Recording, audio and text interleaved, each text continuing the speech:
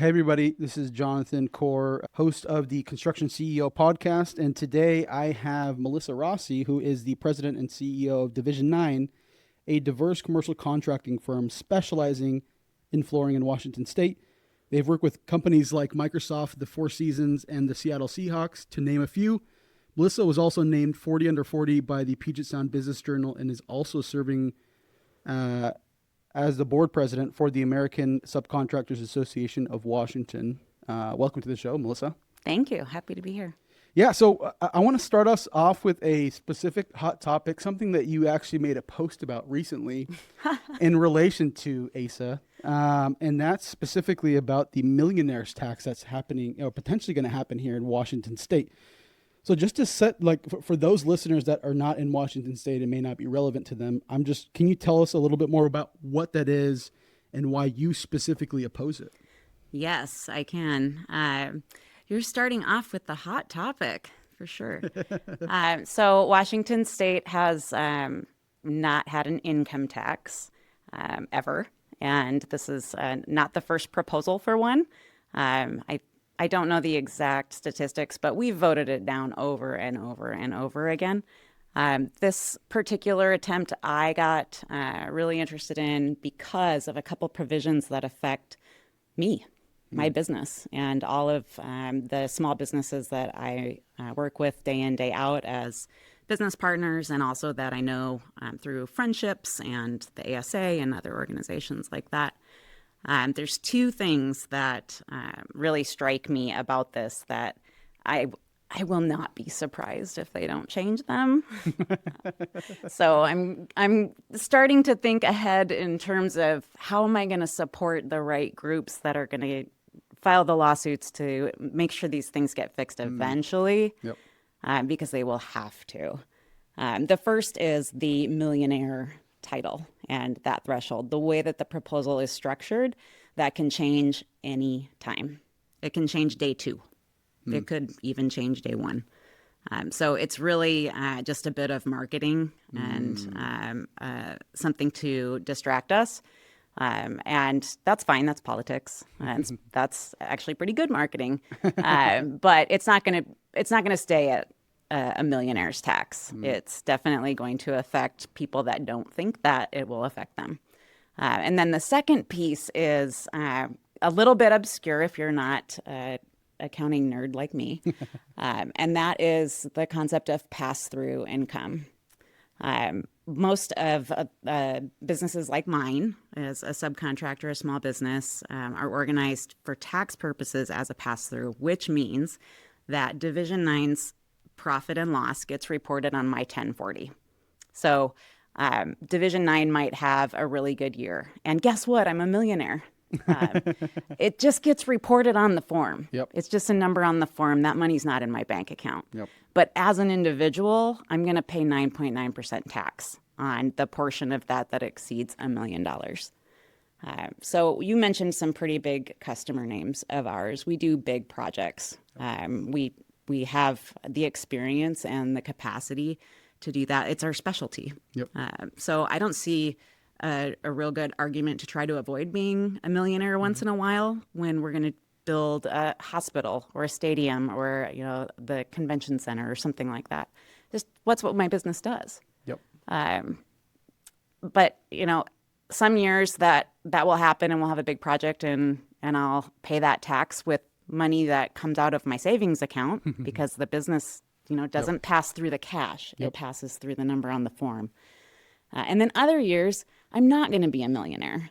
And so if you combine all those years together, I'm going to pay way more than 9.9% tax on what is reported on my 1040 as being a millionaire for, what might be just a moment in time.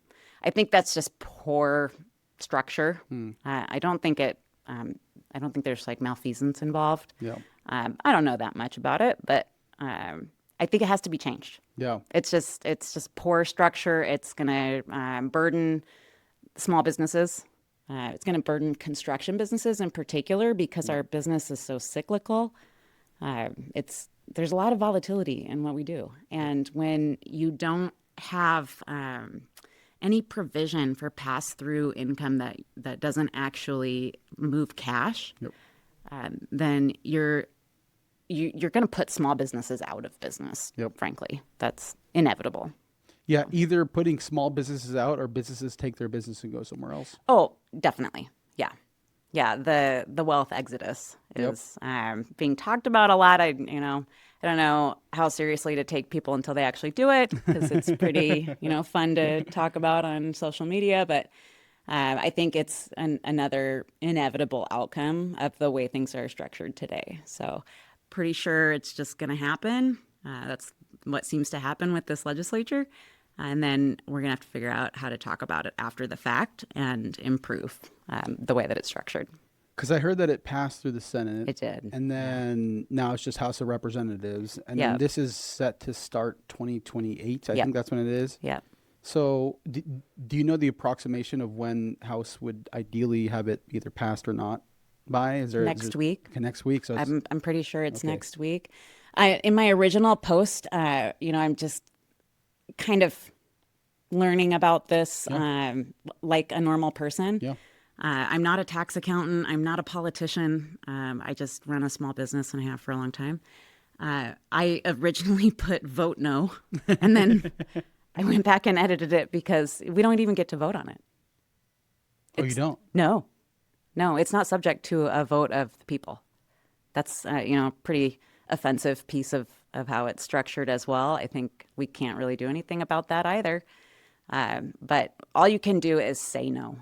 You can sign in to the hearings that we have the access to, and you can sign in as a con. We've set a record in the number of people of Washington State who have signed in as a con to this bill, and that's all we can do right now. I'm curious, and feel free to be as vague as you want. What has the conversations been like around this millionaire tax yourself with other small business owners in the industry?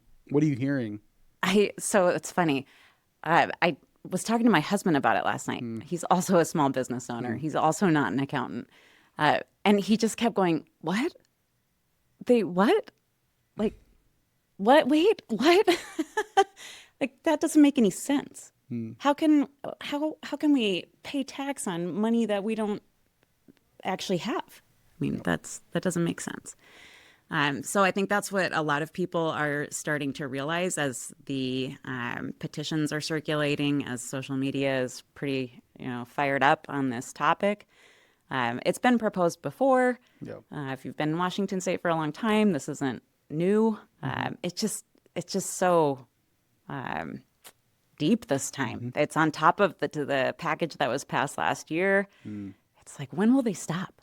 When will they have enough money? I read a post that said we have half the population of another state who has double the budget or something like that. There's, you can probably find it, but Yeah. I just see no sense of reason in that particular piece of legislation. So you might have noticed that I don't post very much. I just don't. It's not in my DNA, but this one has me fired up. Yeah, for sure. No, and that's why I noticed it even too. Like one of the previous guests, Joe Kaiser, had mentioned it as well, and he's obviously opposing it. But like you said, there's no voting. You can say no, and then you can vote. Yeah. You can vote for the electorate. Yep. You really can't do anything about this in terms of voting right this moment, but you can show up at the polls. And it's interesting too that this is happening post, a pandemic which shook the entire world economy, obviously here as well. I mean, prior to 2020, Crane City, Seattle was booming. It was all strong. Yeah. And then all of a sudden now I'm starting to hear from other contractors, hey, it's slow, some maybe more than others, but it's on the uptick. Like it's heading in the right direction, but then all of a sudden we're going to add this, and then what is that? How is that going to shake it even more and be like, hey, like we're trying to get momentum. Right. And it feels like, our legs are being cut from under us. Well, it is also great marketing for the ASA, I'll say, because that is one of the goals and the power of an association is to bring a lot of voices together. ASA is an advocacy organization for subcontractors. We participate in lobbying. We have supported previous legislation in the state of Washington that has improved the experience of a trade contractor. So you can bet that we'll be talking about this more. Yeah, for sure. Well, so I'm just curious. So so I was looking on your LinkedIn. So you started with Division 9. Was it 20 something years ago? 20, maybe 25ish, 24 years, something like that. What was your? How did you get into construction? Was it Division 9, or was there any prior experience to that? Like, I'm just curious the story there, just the entry point into construction. Sure. It started with coffee. There you go. I was a barista. Yeah, and that resulted in a bookkeeping job, and that resulted in the next bookkeeping job for a contractor in Bellevue. That was a flooring company. I was very young. I think I was 20. And my mom was a bookkeeper and my dad was a carpenter, and I just kind of acted like I knew a lot, and they believed me. So one of the people that worked at that company ended up founding Division 9. And when he did that, he said, "Hey, could you help me get my business started? Because I think you know how to do that." Again, they were like, making all these assumptions about Melissa, and I was just like, sure. So that was kind of my first day at Division 9, was going over to their house and setting up QuickBooks and talking to their bank and doing things that I was doing as a bookkeeper for another company anyways. And they were pretty quickly wildly successful, and the company started growing and added another partner, added some staff, and got an office. And I was running my own bookkeeping business by that point. Cool. So I had a client list, and one day they sent me down and they said, "You really need to be here full time." And I already knew that, but I was like, okay, I will hire someone for you, because I liked what I was doing. Yeah. And I set out to start that process. And a little while later, they were like, "What's going on? Where's the person who's going to be here every day?" And I said, I really don't want to hire that person. I want to be that person. Because I was having a really good time. Super great group of people, good friendships. And it is a wild and crazy business that I'm fascinated by. And I liked what I was doing. There was nothing wrong with that, but I had an opportunity, and fatefully said, "I will work for a very low rate if you make me an owner." And they said yes. So that's the origin story. That was a couple years into Division 9. Yeah, and so I'm curious. You were both heads down in the finances side of Division 9, and you were also running, working with different clients.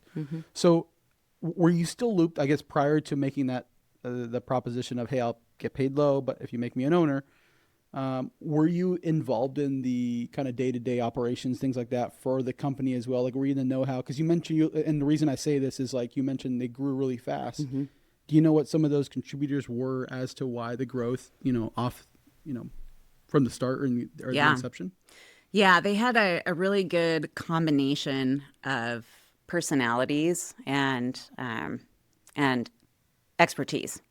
So the specific group of people that came together, who all worked at other flooring companies before. You never leave the flooring business. It's like Hotel California.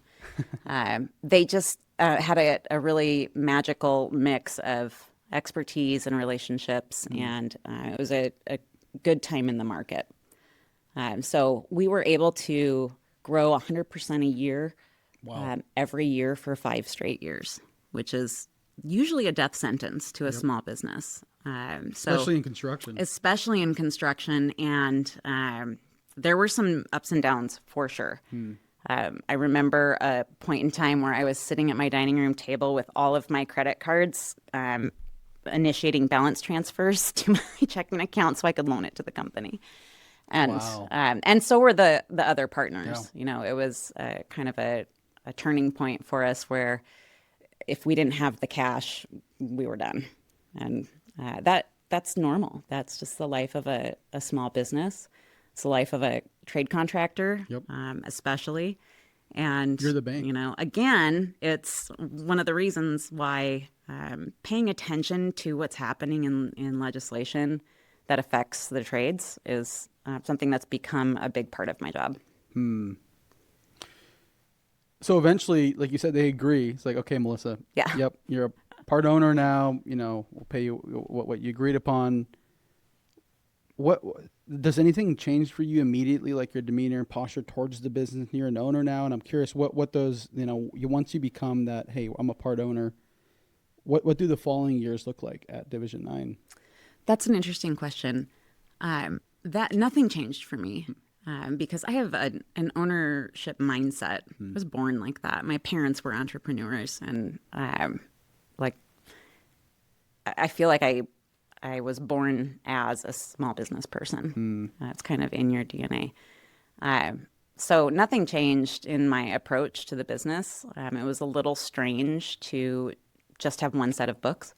It was probably the only adjustment that I needed to make. But we just continued to add fuel to the fire. It was like, now we need this new employee. Now we need a bigger office. Now we need Nextels. That was a big thing. And that cracks me up to this day. It's like, that was such a big decision for us. And famously, I had this tension with one of my partners, Mike, who's still my partner today. He's retired, and we have a great friendship and partnership, obviously. But he always wanted to spend the money, and I always wanted him to spend less money. So when he came to the office one day and said, there's this thing called Nextels, and everyone in the field has them, and it makes you so much better. I was like, how much does it cost, Mike? And we went around in circles forever on that. And then, as we matured as a business and our relationship as owners matured, we had to figure out how to make those decisions better, faster, with less friction. Still a little bit, though. Yeah. It's good to have a balance. But I would say that was probably the most defining challenge of the early days of Division 9 was figuring out the people and how to make decisions carefully and quickly so we could continue to grow. And then not too long in, I was driving to work one morning, and I think it was late 2007, early 2008. We were doing a lot of work for Microsoft. We did so much work on that campus that we have worked in buildings that we have since torn down and rebuilt. In some cases, we have torn out the carpet 3 or 4 times in a building on that campus. But 40% of our revenue was coming from Microsoft on the day that Microsoft announced that they were pausing all construction activity because Washington Mutual Bank failed. Well, not because, but all of the things that were going on at that time. I heard that on the radio, and I almost crashed my car because I knew immediately that 40%. Next month was going to be really hard because they don't say things like that if they don't mean it. So that has happened again in our career here at Division 9 during COVID. Yep. Construction was paused again on that campus. I did learn that 40% is too high for any concentration in your business. So that was a big turning point for us from 2009 on. For about 4 years, we were flat. And we had been, flexing this muscle of growth from minute one and almost didn't know how to do anything else. 100%, 5 years. Just oh my gosh. going. It's the only thing you think about is how am I going to get, this to do this to be able to do that instead of how do I just hunker down and maintain? So we had to change really quickly to that mindset of protection versus expansion. So were some of those growth, because you said 2009 was when it started to go flat. So was all the construction, so you mentioned the Washington Mutual, Like that was all during the recession. Is that Yep. right? Like when it Yep. started to just go down. Well, yeah, and in construction you have backlog, Yep. right? And if you're not a Microsoft, you don't always, as a project owner, have the ability to stop things Right on a away. dime. Yep. Yeah, so it took a little while for that to, we did see the overnight effect of Microsoft, obviously, but it took a little while for it to really mean that we were on pause Yep. for like Division 9 Yep. was on pause. We stopped buying coffee at one point. That I took that really personally. And Mike will always joke that I took away like their staplers. I mean, we were very, very conservative, and it was good that we learned that with those kind of boundaries. There failure is not an option. Yep, And totally. you have to snap to it. So that served us well at some later points, most notably global pandemic. Yep. But it never stops changing. Yep. In small business and particularly in the trades. Construction, like I mentioned, very volatile, and small business and being in the finish trades, I think, is Yep. especially fun because we're at the end, Yep. and we always joke that the schedule that we bid against, that is meaningless, and by the time we get there, we're already 2 months behind. Yeah. Yeah. So well, it's interesting because like, the dynamic talking about you and Mike, just like one's more the spender, one's, I don't know if it's a saver, but just more frugal, like just more aware of how funds are allocated. I mean, me and my wife have that same dynamic. Yeah. I'm definitely that way where, hey, let's look at this thing. She's like, oh, well, do we need that? And I'm like, yes, we do. And then a few weeks later, I'm like, I think you were right. I don't think we needed it. But here's the thing is I've realized though, the thing I've also had to tell my wife too, especially when it comes to business, is you can only save so much. So eventually at some turning point, like, hey, we need to start figuring out what pivoting, like what's our new approach. So like, let's say that right overnight, Microsoft just like, hey, we're pausing everything. You mentioned obviously you went to certain extremes, no coffee, no stapler, stuff like that from a financial standpoint. But what else? Like, how did you guys start to actually really look, hey, who are we? And then what is the path forward past this? Because obviously you didn't just stay put and be like, all right, we're just going to go to business. No. I mean, we had some pretty significant obligations by that point. We decided that we needed to, this is a pretty good example of kind of thinking outside the saver box. We decided that we needed to stop paying rent. That is, in a low margin business, that is the second largest expense next to personnel. And at a certain point, you can only control personnel so much. Yep. I mean, you need people, Yep. right? So the next largest number is rent. And so in, 2010 maybe, 2010-ish, we found a distressed property and we figured out how to buy it and became our own landlord. And that made a difference for us. So it was, I think, a couple of strokes like that where Mike and I are in our own geniuses came together and made a move that made sense to both of us and really helped to underline the strength of the business. Yeah, for sure. And sorry, did you mention there's 3 partners or just 2? There was 3 in the beginning. Okay. One retired in 2018. Okay. That was when I kind of stepped out of the back office and I used to joke that I'm more than just an email address, like when I would meet customers. When Chuck retired, I took his role as president. I went from back office to president kind of overnight, and became a 50-50 partner with Mike at the same time. So that was a big year for us. Yeah, so I definitely want to go into that, like what that experience was like. Like you said, overnight. Like it sounds like there's a lot of overnight things. Right. Like it's interesting because people say you don't become successful overnight, but in these cases, like there's certain things that did happen pretty quickly. But the reason I asked that is, I'll hear a lot of different horror stories about having a partner in business because it is very much so like a marriage, and not to say that it can't fall apart and you lose it all. And especially too, at some point there was 3 of you. Yes. How do How did you make that work? How did you not like? How did you make it work? Well, it's a funny question because we've done it. Well, I've done it almost every which way.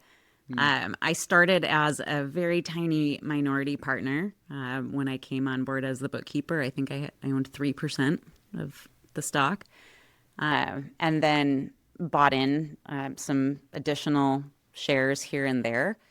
And then for probably about 15 years, I was a 20% shareholder, and both of the guys were 40% each. So no one was a true majority. That always worked really nicely for us.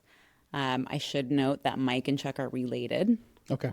And they both had family members working in the business, and still today we have lots of their family members in the business. I always say that it's a family business. I'm just not related to anybody.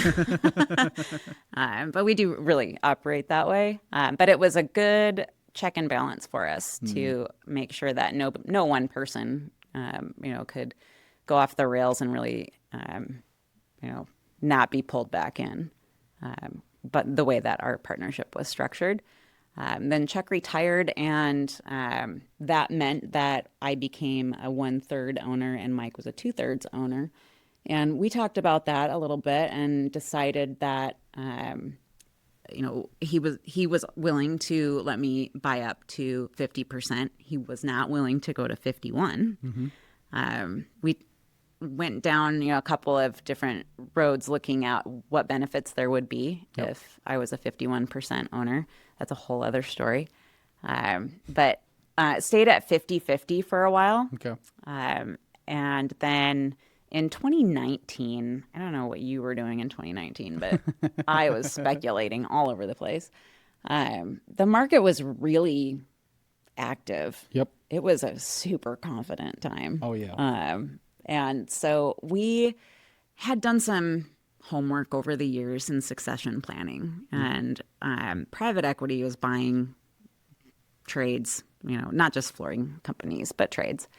And they still are, but right then it was hopping. Yep. So we had those conversations, and From a private equity standpoint? yeah. Okay. Yeah. We went to market. Yeah. And figured out how that all works, talked to a couple of interested parties.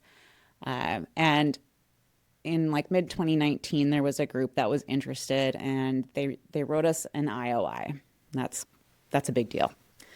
And at that point, it really just had kind of always bugged me that he wouldn't sell me that extra 1%, because I could see opportunity in that. I was willing to pay for it. And it was just kind of like, gosh, this, we've always had this thing. Yeah. And there it is again. Well, this group came and said, this is what we think your business is worth. These are the terms. And we were considering it. And when we kind of like pulled back all the layers and understood what that deal was really like, there were 7 different layers of entities involved. And they wanted me to stay. The other interesting dynamic about our partnership is that Mike and Chuck are both 20-ish years older than me. Okay. So every one of these groups that we talked to, they were always looking at me like, well, of course you're going to stay. You're too young to leave. And that was just kind of always assumed. But as we dug into it, I thought, I have tension with one business partner.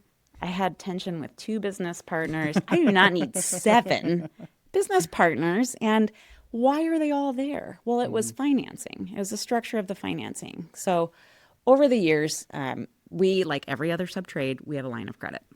And my banker has always been, first of all, a dear friend.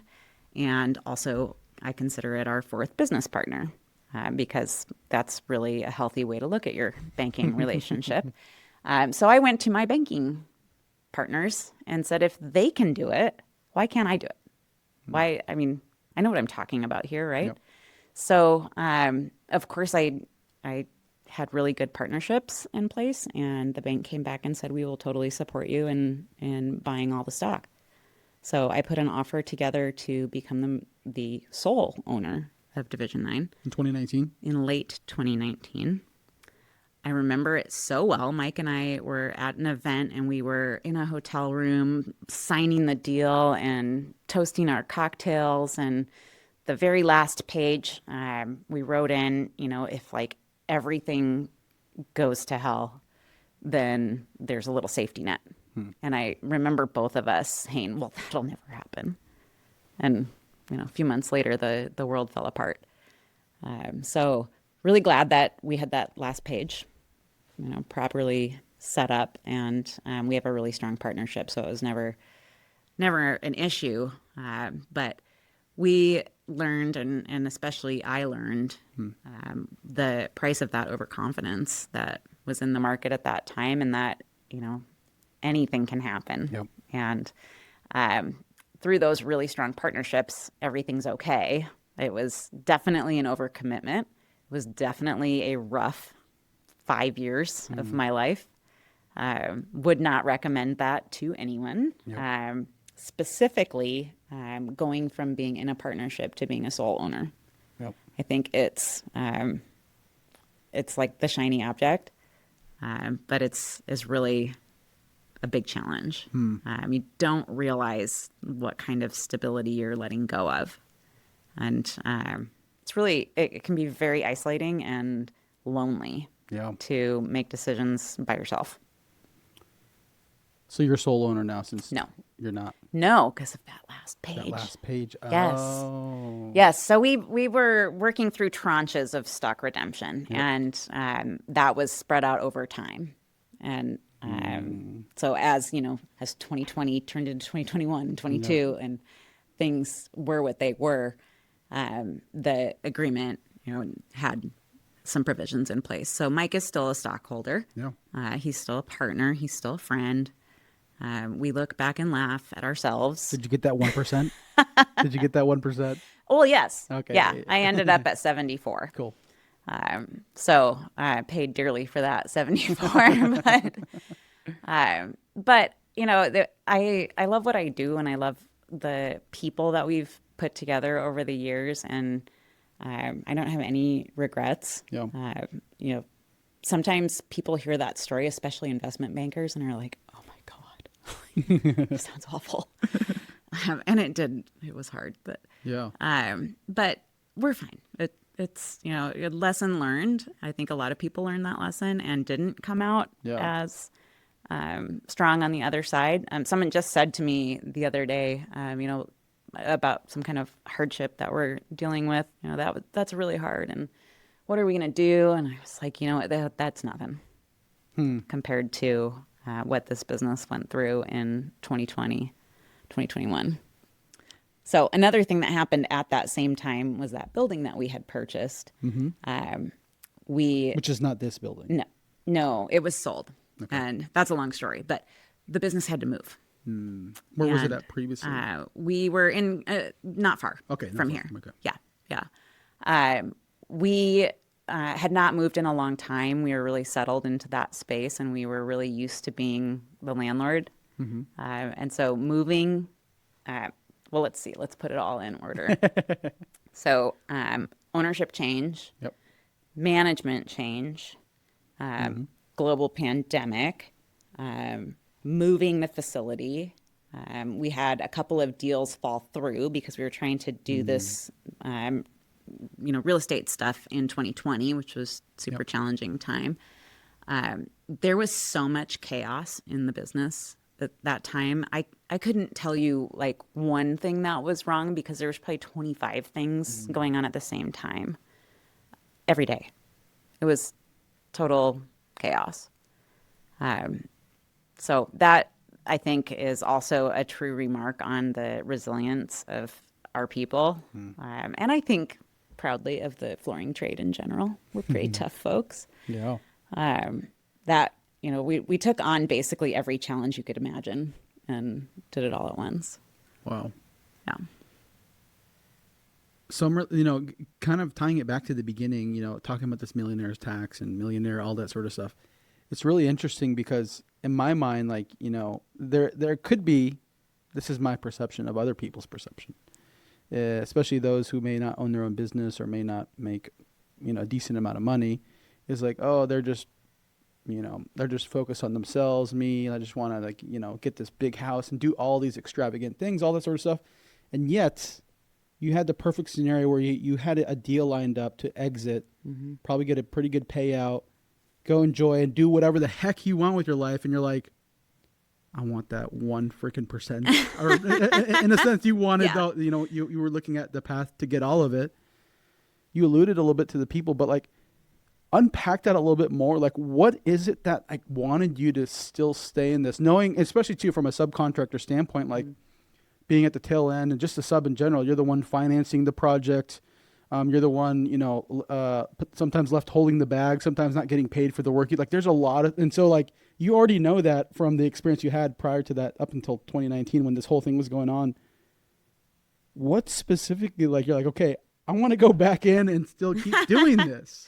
Yeah, I asked myself that at the time too.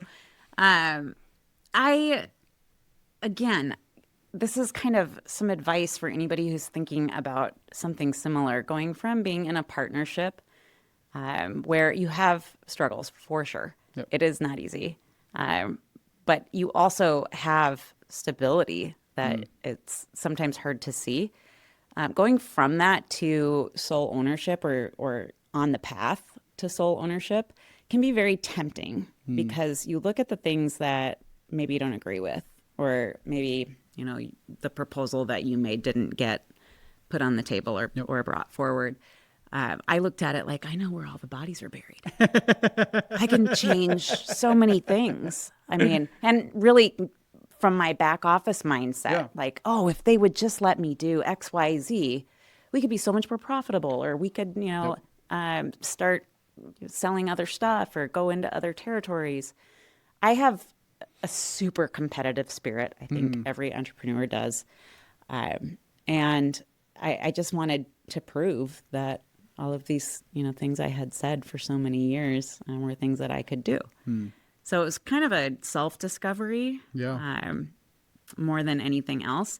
And I learned that, yes, I can do all those things. I did many of them. We've expanded into other territories. We were the first company like ours to win a particular national contract that I'm super proud of. And that was one of those things that probably wouldn't have happened in my prior partnership because we just didn't have the appetite for it. But I've learned in my experience and now in my advanced age that those things, you don't really have to go do them to prove something to yourself. Usually, if you're trying to prove something like that to yourself, you could maybe just sit and have a long talk with somebody or go on a vacation. I don't know.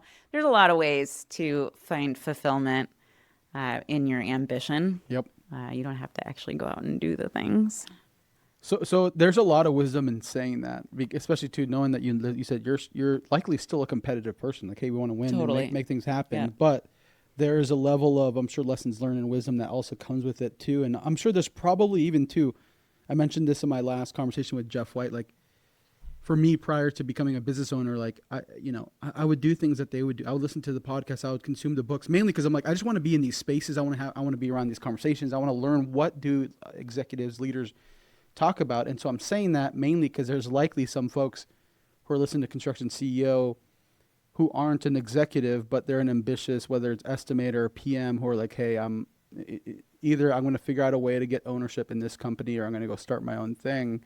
So I guess what's the wisdom in like what you just said specifically? It's like being like, I'm not you. I think you articulated it really well, but just specifically around ambition, because the reality, especially in construction, I mean, there's a reason why the restaurant industry and construction industry are the most volatile, and meaning like people come in and then they go out just as quick. What would you say to those, whether it's, sole owners of construction companies or those who aspire to, hey, if they don't give me the opportunity here, I'm going to go make it happen. What advice would you give them? Knowing what you know, knowing what you've experienced, knowing that, hey, we've tried it and some things are like, I actually think we had it good. Spread out your risk. Definitely. I mean, consider partnerships. Some don't work out. That's a fact. But there's some really good ways to prepare yourself for that. We took a very long time to execute a shareholder agreement in our initial partnership. I think it took us 10 years. That's too long. But there's, really good advice available pretty readily on structuring a partnership so that it's fair and so that, acts of nature and other, kind of unpredictable stuff can be managed. Yep. Nobody ever gets 100%. That's important. But there's a lot of wisdom, I believe, in partnership. I think you can serve your clients to a different degree when you have that, the nature of, needing to reconcile things with people, not operating in a vacuum. It's very much like you described as a business marriage. Yep. And having that achievement in your business makes you a stronger business. Yep. So I think particularly in a volatile industry like this, I think the more successful businesses tend to have more spread out risk. Yeah, that's really good. So specifically, like going back to like, you mentioned like all those things, the pandemic, a lot of, different factors were going on for that. And especially to knowing that 2017 through 18, 19 were just like I said, just boom. And everybody was like, everybody's a genius. It's I know. Hey, I'm doing great. And then all of a sudden reality happens. I can't remember. I think Warren Buffett has some sort of saying. It's kind of odd, but he says, you don't really see like who's naked until the shore. And the tide goes out. The tide goes away, and you see who's at. And that's what ended up happening. So I'm curious, like similar to like what your experience was, with the whole Microsoft situation. You mentioned, hey, we acquired we were trying to lower the amount of expenses you had. So all this happens at once. You're juggling all these balls at once. Like, what is it specific that you do next that begins to hopefully create more stability, or like, hey, we need to like start grabbing onto something. Otherwise, yes, I don't know where this is going to go. What did you grab on? Well, that's actually how I met you. One day, Rob Scott called and said, I want you to participate in this thing I'm doing. And I was super busy because, everything. Everything you listed off. Everything. Yeah. And I was like, that sounds great, but I don't know if I can commit because it just might not be a good time. And he said, do you know about the retainage law? And I seriously pulled over and said, no, tell me more. And that was the beginnings of the ASA of Washington, not the beginnings of the ASA by any means. That's been in existence since the 60s. But for some strange reason, in the city with, the most cranes of all the other cities combined, we had no real advocacy solely on behalf of the subtrades. Not a particular trade, but the subtrades. I just am still baffled that that didn't exist before 2023 when Rob thankfully took the first steps to get it started. That's really what has been a driver for me in the last few years as I have recovered from everything that happened during COVID and the kind of, what led up to that.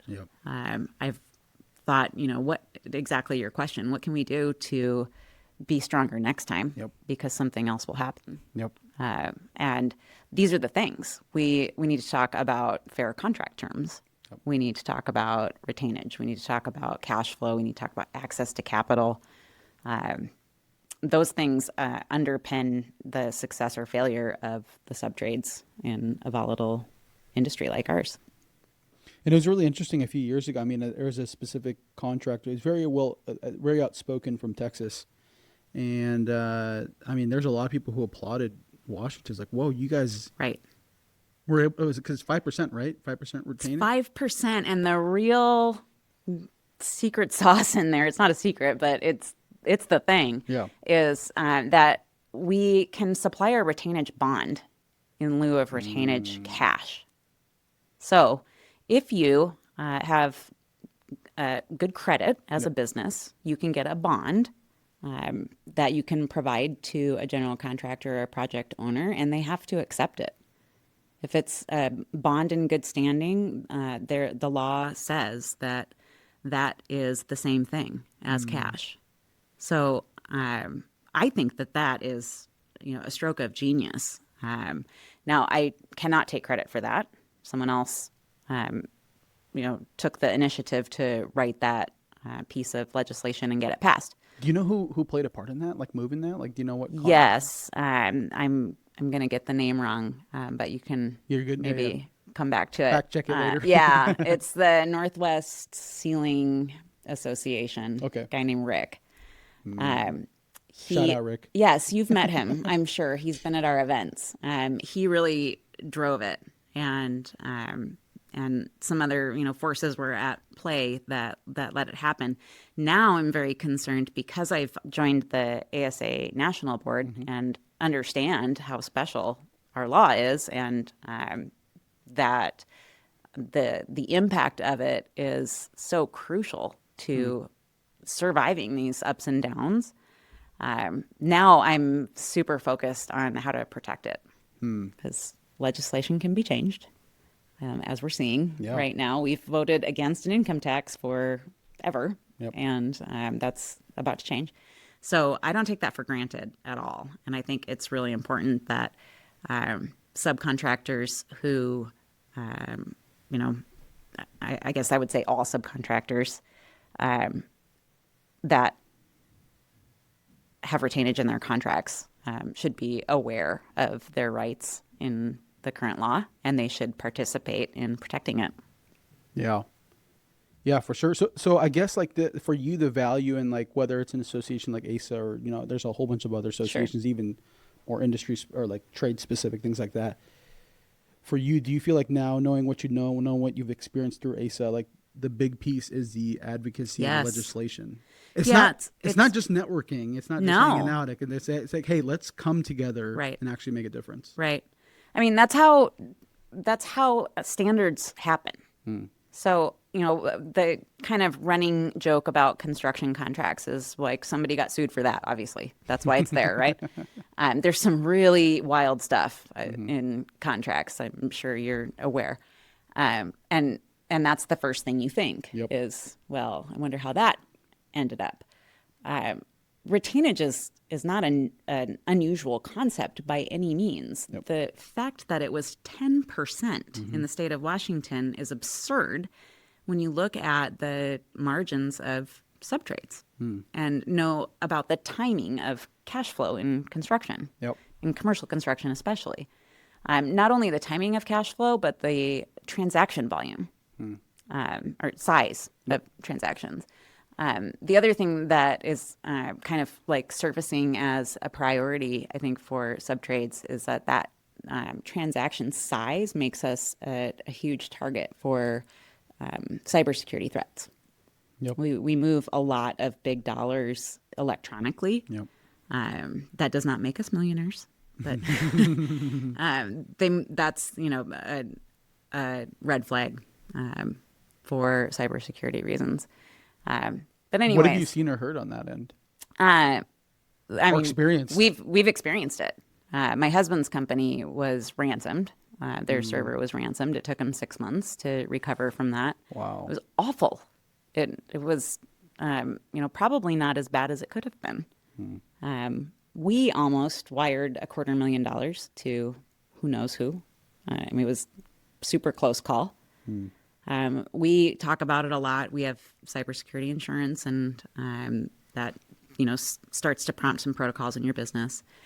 I think it's becoming more of a focus for small businesses because insurance is driving it. But I think it's a very real threat. Yeah, well, and it's interesting because I was just at a conference, industry conference in Reno, and it's interesting. They were talking about cybersecurity. There was a construction lawyer there who was talking about it, but there was a contractor who was sharing an experience where he literally was saying how elaborate it's gotten, where like certain people will like are just looking at your inbox Yes. and just waiting for you. And like, they're waiting for the right time to just hop Isn't into that a conversation. creepy? And then all of a sudden, hey, like here's the information to wire the money and all that sort of stuff. And they were able to catch it, but it's becoming more and more elaborate, more and more like it's gonna be really tough to tell. And so that's where one, just being aware of cybersecurity threats, and then two, things like insurance, stuff like that, preventative things to help, in case it does happen. I mean, it's pretty scary. It's more like when it happens. Yeah, It will happen. True. It will happen in your business at some point. We do some training. We're starting to do social engineering as a service with our IT provider, where they, send tests to employees and try to gauge whether we're following safe practices. We have a Teams thread for the company where people regularly post like, I got this, looks weird. Or, sometimes we just laugh at them because they're so silly. Yeah, so some are really silly, and then some are like, some are oh, scary. Wow. You're like, you were this close. Right. This close. Right. Or you realize you've been talking with somebody who is not who you thought. Yeah, the future is, especially too, then you loop in AI and what AI agents can do. And even if there's no human it's impersonating like my voice. Your voice. Yeah. Well, I've heard a lot of things like where like, me and my wife, like I heard this a while ago. They said, hey, figure out, maybe it's a safe word or lack of better words, but like, even if you pick up the phone and you talk for a few seconds, they could just record whatever, there's just so many different things that you can do. And it's like trying to figure out a human way, dynamic. And even too, honestly, what I've heard from one preventative thing, or at least a proactive thing to do is, hey, if you're sending money, make sure you pick up the phone, call the person, get them on the phone. Yep. Don't click links. Don't, we always triple verify requests for payment. Anything that is asking for banking information. We're very, very careful around it, but that, you can only do so much. It's true. We move very quickly. We're under a lot of pressure.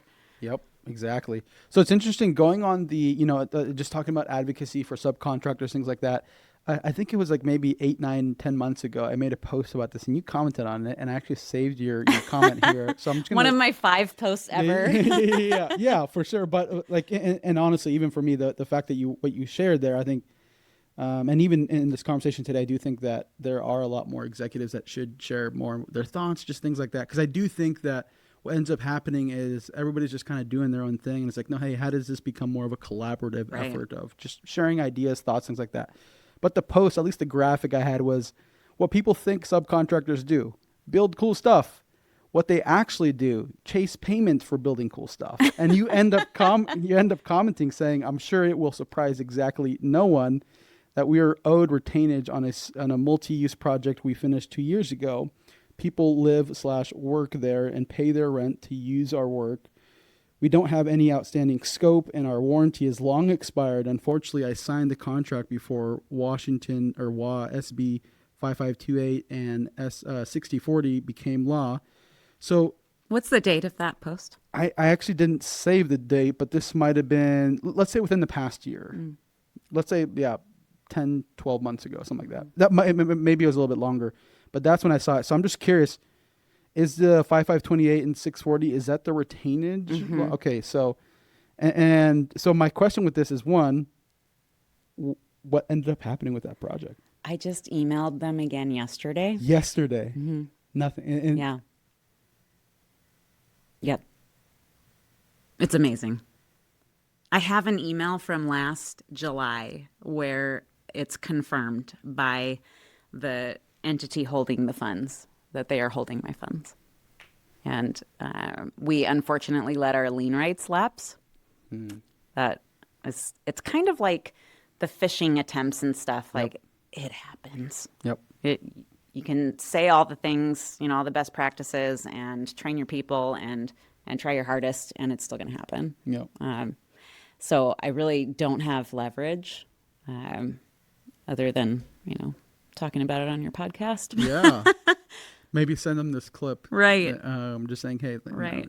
Obviously wouldn't mention who they are. But so I'm curious, like, how was the dynamic then? Just like, obviously it's a bummer that had happened. And also too, what do you say years later to them? You just say, hey, you still owe me money. Yeah. Talk soon. Bye. Is Right. that all you say? That's yeah. I've talked to some other people on the project and just asked, did you get paid? How long did it take? What are we waiting for here?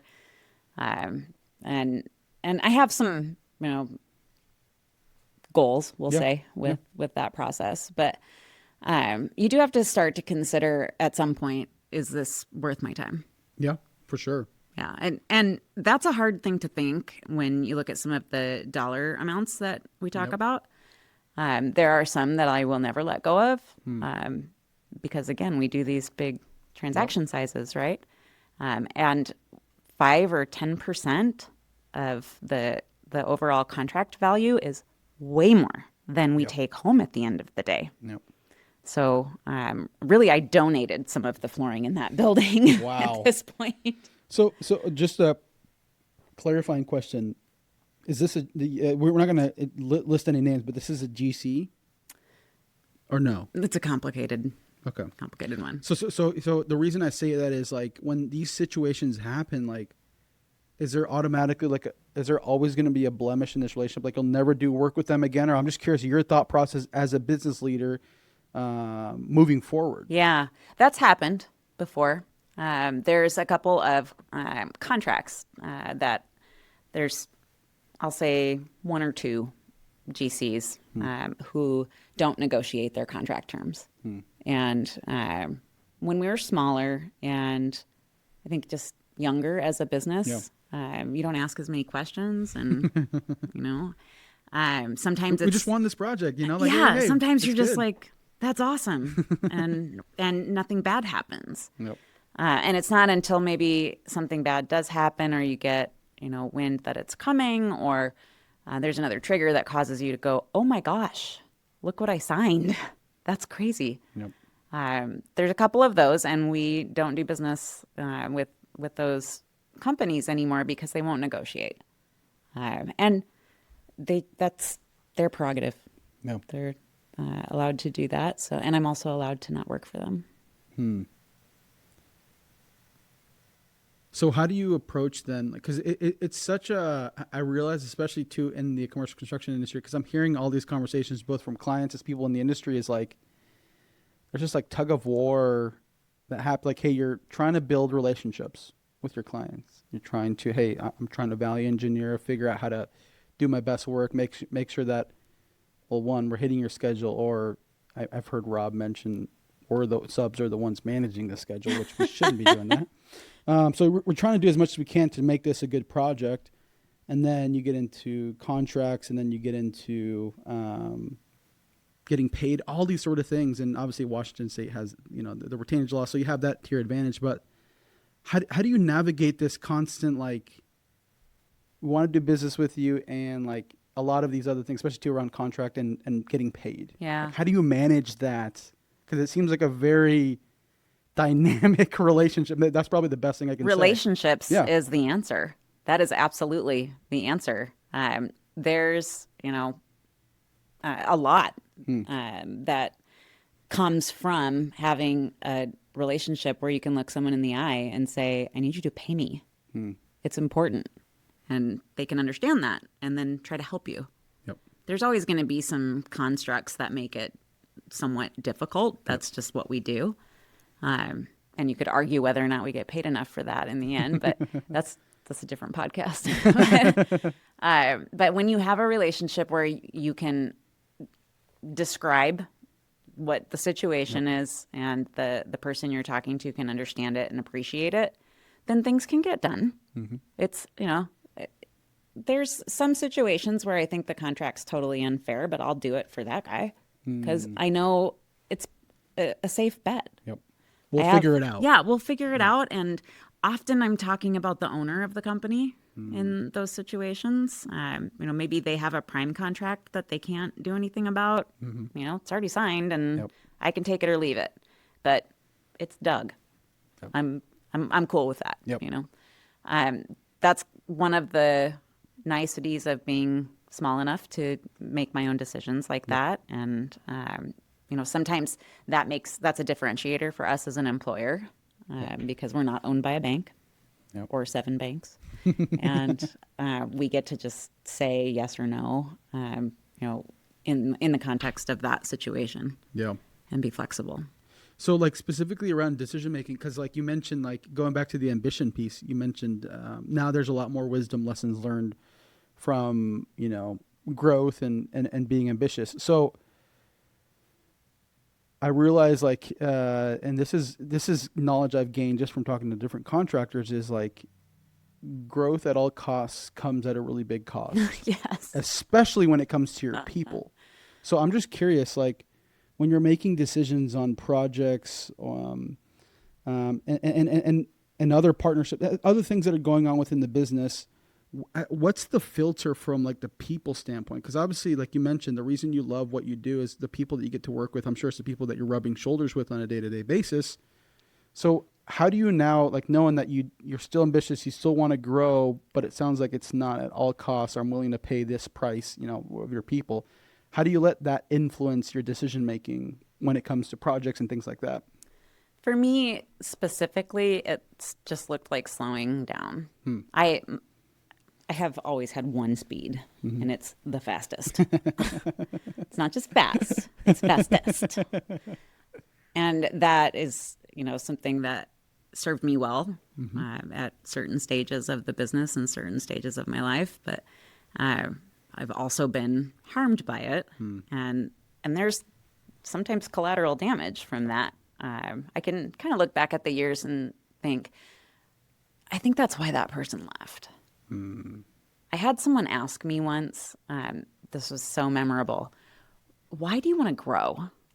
And I was like shocked silent for a minute. No, I'm speechless. What do you mean? What? Why wouldn't you grow? Well, that kind of belied something I would learn in the future, that there's a certain amount of stability that people need, and even I need, that needs to be kind of held aside as a sacred thing. And I think you learn that along the way, and usually by hurting yourself. Yeah, well, and even like for entrepreneurs, like I mentioned this multiple times, where like, when entrepreneurs have their back against the wall, they just break down the wall. And it's like, cool, we're going to figure out how to, we're going to figure out a different way to get through. But like you said, I think that question around growth, and I think I have a post coming up soon. I think I was looking at the other day where it talks about like, hey, if you don't, and I'll butcher it, I'll quote it later, but it's something along the lines of like, if you want to grow and don't know why, that's ego. If you want to be on all these extravagant lists and don't know why, that's ego. And I relate it to social media. If you want to have the biggest social media following and don't know why, that's ego. Right.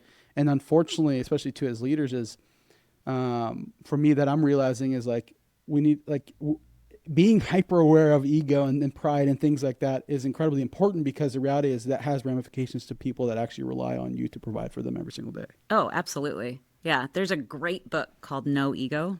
It's about eliminating drama in the workplace, which is interesting because if you haven't really thought it through, why would you put those two things together? Read the book. It's great. That's great. Yeah, no. And I mean, I love talking about it mainly because like I've also too had to ask myself this in the past. Like I'll share these ideas with my wife, like, cause I'm constantly like thinking up, hey, I'm going to do this, this, and this. And I think it was about a year ago, I shared one project and I had a similar experience. And she's like, well, why do you want to do that? And for me, I actually knew the answer. It's not that it stopped me. It's that it was the wrong answer.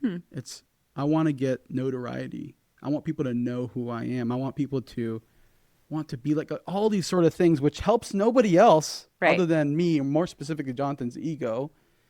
And I think ever since that, it really got me to stop to be like, hey, I need to be more intentional. Because one, like, we all say we all have one life, but hey, do I really want to live my life in a way that's just benefiting me versus those people around me? Yeah. Little reflections like that get prompted, and I think they're always there. It's a little bit of experience and humility that causes you to see it and listen. And sometimes pain and suffering too. Oh, That's oh yeah, also for stuff. sure. It's like, oh hey, I'm not Superman. I didn't know that. Yeah. So as of the date of this recording, which this will come out, a few months later, because I'm right now on a once a month sort of release, mainly because I want to spread them out in that way, not be chasing the hamster wheel. Sure. But I'm saying that to say, right now we're recording this on Women in Construction Week. I'm curious your thoughts. What are your thoughts on this week? What are your thoughts on what it Oh my means or what it is? gosh. I'm just, I want to open up that You're can of gonna worms. get me in trouble. It is a can of worms, and I have thought about it a lot. It's a shame we need it. It's it's just I like celebrating with my people. I really do enjoy that, and I have met some really, really remarkable women in my career who have helped me become what I am right now and are still helping me become who I will be in the future. And I'm enormously grateful for that. And not just in trades. I mentioned my banker earlier. Yep. She's like one of my heroes. I just don't think we need a week. I think it's every day. Yep. I am very fortunate, though. I had very strong male mentors in my career. They were great business partners. So I know that I have a unique advantage in that way. I still get referred to as Mike's daughter. Are you serious? I have never once been Mike's daughter. Wow. I mean, we have an age difference of 20 years. That is the only piece of information that could tell someone I might be his daughter. We don't look alike. We don't have the same last name. His daughter actually works here. I mean, the issue exists. I'll say that. Yeah, for sure. That's acknowledged. But I am at a point where I wonder if we continue to celebrate it. What are we accomplishing? Yeah, and here's, I wonder if just putting it in like maybe on April Fools you can just put like in your email signature, not Mike's daughter, and just have that mass send just to everybody. But my thing is like, obviously, definitely want to hear your thoughts, and it's interesting because like, talking to different, even too like there's a few women-owned contractors I know out there, and it's like great, like it is like a a good reminder, but the reality is like, what good is it to just like kind of beat the drum for a week, right? And then be like, all right, cool, let's go back to our so with that in mind, like how do you actually see that being done, whether it's on a day-to-day, like an everyday basis? Like how do you see that being outside of just 1 week? And I'll also say that there are a lot of contractors who are very proactive in trying to make this something, but there are contractors who are like, oh shoot, it's Women in Construction Week, let's just get something up there, let's check the box, and then let's just continue as business as usual. So I'm just curious, in your mind, since it sounds like you've thought this more of this intuitively, like how do you actually make a difference or change in this specific area? I'll tell you what, the Tacoma School District stands out to me. They hired me at a point in time where I really questioned why I had done any of this. I had thought, that 1% was going to give me that competitive advantage. Yep. Because that's how it's sold. Yep. Honestly, that is like, there's a huge market for that. It doesn't work that way. It takes very specific relationships and opportunities to make anything of being a disadvantaged business owner. It is not, you're not anointed something when you get that designation. I was actually denied WBE the first time around, and then the decision was eventually reversed. I was like, I have the check stub. Yeah. But anyways, the Tacoma School District hired me at a premium at a point in time when I really needed that job. Yeah. And they did that because they have a commitment to hiring diverse businesses. And they actually do it. There's a lot of project owners who say one thing and do another. So I think, Tell me more. if I was trying to come up with something constructive, no pun intended, that could be done maybe alongside or in lieu of Women in Construction Week, I think just recognizing those decision makers who actually follow through with the commitment. Because you can say it, you can have a goal, you can have a diversity goal. There's all sorts of ways that manifests in construction procurement. And then you can do nothing with it, and no one notices. Yep. No one except the businesses who are counting on it. So I think, there should be more acknowledgement, not just of the diverse business accomplishments, but also those supporters that enable it. You touch on a few things I want to double click on. One of them is I've wanted to make this post. It might be controversial and it might be unnecessary, but I'm just curious to see your thoughts if you've seen it. Where I'll see hey, we're a woman-owned business, but the man's making the decisions behind the scene. Have you seen that? Yeah. Oh my gosh. In construction. Yeah. Okay. So this isn't just my own perception. It's real. Okay. It's totally real. It is harder to do than it used to be. Yeah. I will say I was denied a WBE certificate because they were trying so hard to avoid that situation. Yep. So respect to the OMWBE. They really take it seriously, and it's hard to get certified for good reason, because people will take advantage of loopholes if they exist. I think that's unfortunate. It's an awful lot of work to go through, and you could put all that effort into legitimate business and be better off. But just my opinion. I think that the structures in place in Washington serve the right purpose. Okay. There probably has been some illegitimate certification activity in the past that still exists. I think I have one particular competitor that I would say that about. But I try not to think a lot about other people. Yeah. In that context. Just stay in your lane. Yeah. What I do with Division 9 and with Melissa Rossi is, that's really what has an impact on my life.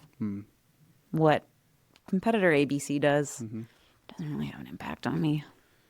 Or I can decide. Yeah, exactly. Yeah. Well, and it's interesting. It was years ago where Richard Sherman, he was being interviewed, or this is when he was with the Seahawks at the peak of his career, doing all the accolades, all the numbers, and he just was talking I think somebody was interviewing, asking him, hey, what are your thoughts on they're saying this about you, this about you. He's like, if their name is not the Seahawks and they don't pay me every week, I don't really care. Yeah. I have no energy or time.